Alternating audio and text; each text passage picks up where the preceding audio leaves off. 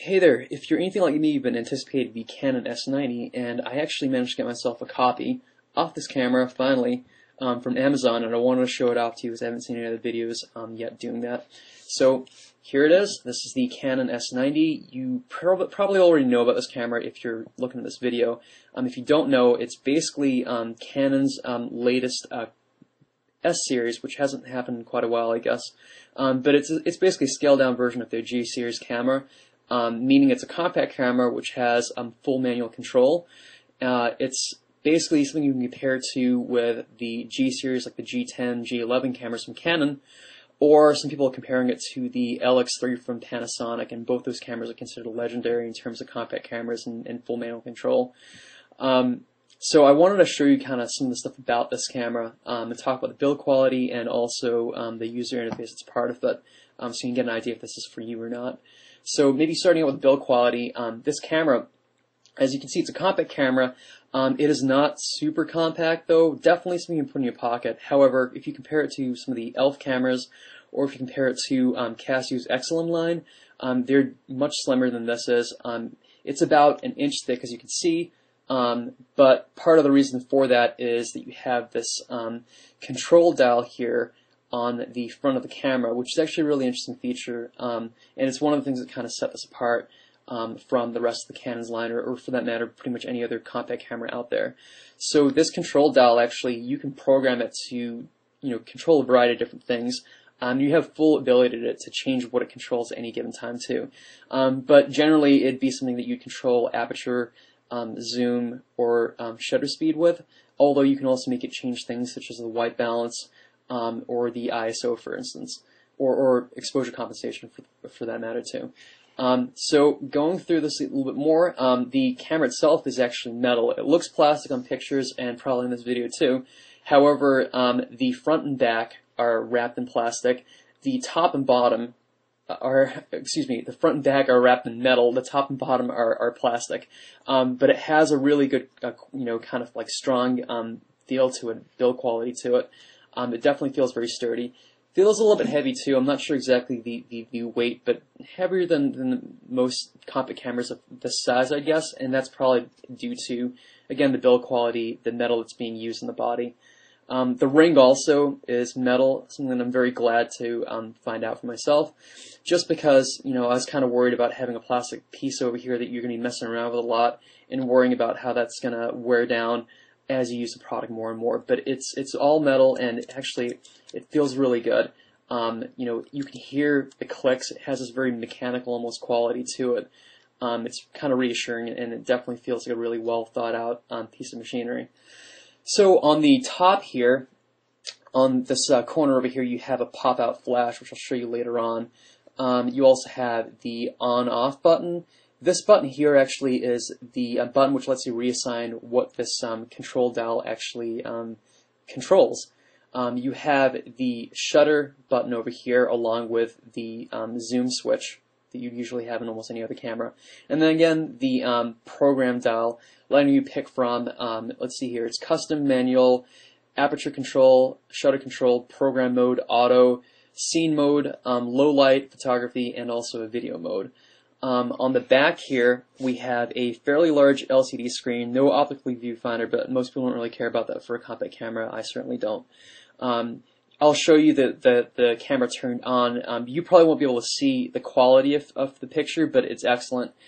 They've used a really high quality, high DPI screen, and when you're previewing the stuff that you're shooting, or when you're reviewing it after having shot it, you definitely feel like you can see a lot of detail in it. You also have, and this is kind of more of a standard control scheme that you see actually a lot on the ELPH line, but you have your playback button, the S button, which I'm honestly not really sure what it does. I need to read the manual.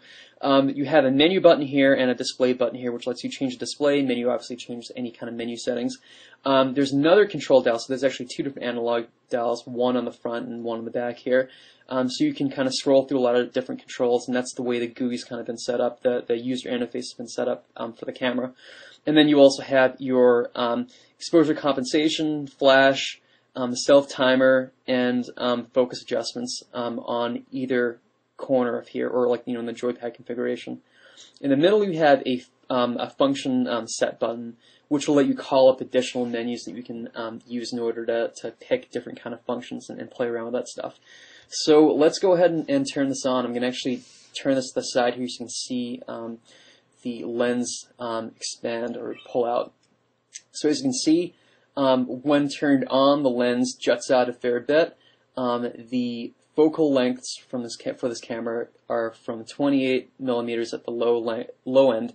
So I think it's about 105 or so millimeters at the long end. For me personally, the good selling point obviously is the 28 millimeter wide angle focal length. Not super wide angle, but definitely more wider than the majority of compact cameras, especially this size, that are out there. The other thing too, this is a 2.0 fast lens, so it's fairly large f-stop in terms of the diameter of the aperture. Excellent for low light photography from what I've heard. I need to test this, but this is one of the other big selling points for me personally. So I'm definitely excited about trying that out in the future. The startup speed, I'll turn it on and off again. As you can see, it's fast, but there are cameras out there that turn on faster. However, I don't think anyone really cares about split-second reaction times for the most part. So this is going to do. On the back here, let me show you the camera, and let's see if I adjust the screen here so you can actually see something in the background. So this is actually, you don't get a really good view of things on the video, but it is a pretty high quality screen. You have your grid adjustment here that you see here. You have a histogram also in the corner, and then you have, I'm in manual mode right now, so you have your shutter speed and your aperture being displayed, as well as everything else from exposure compensation to the ISO that you're using. Let me mess around with the control dial here on the front so you can just see that in action. Again, it's got a really nice feel, the actual analog feel itself of turning the control dial, and you can't really get a good view of it, but let me move it closer to the video here, the camera here. But there's actually kind of like a dial kind of graphical user interface that you can see as you're scrolling through. In this case, it's the aperture, which I believe comes from the G series cameras. If you turn the control dial here, you have the same thing but for shutter speed. And actually, I love these little kind of almost like a gear kind of looking user interface. It really, I think, really works nicely, and it gives you the right information, and it gives you kind of the right feeling too while you're adjusting controls. Pressing in manual mode again, pressing the function button in the middle here, calls up additional menus of adjustment here. So you have the ISO, white balance. You have you have auto bracketing, which I think is really interesting. I don't have a camera personally that does this. I own D40 as an SLR, but auto bracketing, exposure auto bracketing, lets you take 3 pictures almost simultaneously. So the same picture 3 times, but with different exposure settings. And that's something that's useful if you want to get into HDR photography, and something that's definitely I'm going to be interested in messing around with a little bit more. You have, of course, flash compensation. You have your auto focus adjustments, and you have, for instance, here at the very bottom, you can actually set the different resolution of the pictures you're taking, and also make the camera take RAW file format if that's what you want to do. Going into playback mode here, let me just show you some of the stuff on that. You have, again, when you scroll through, you can see there's this kind of cover flow type deal with the pictures.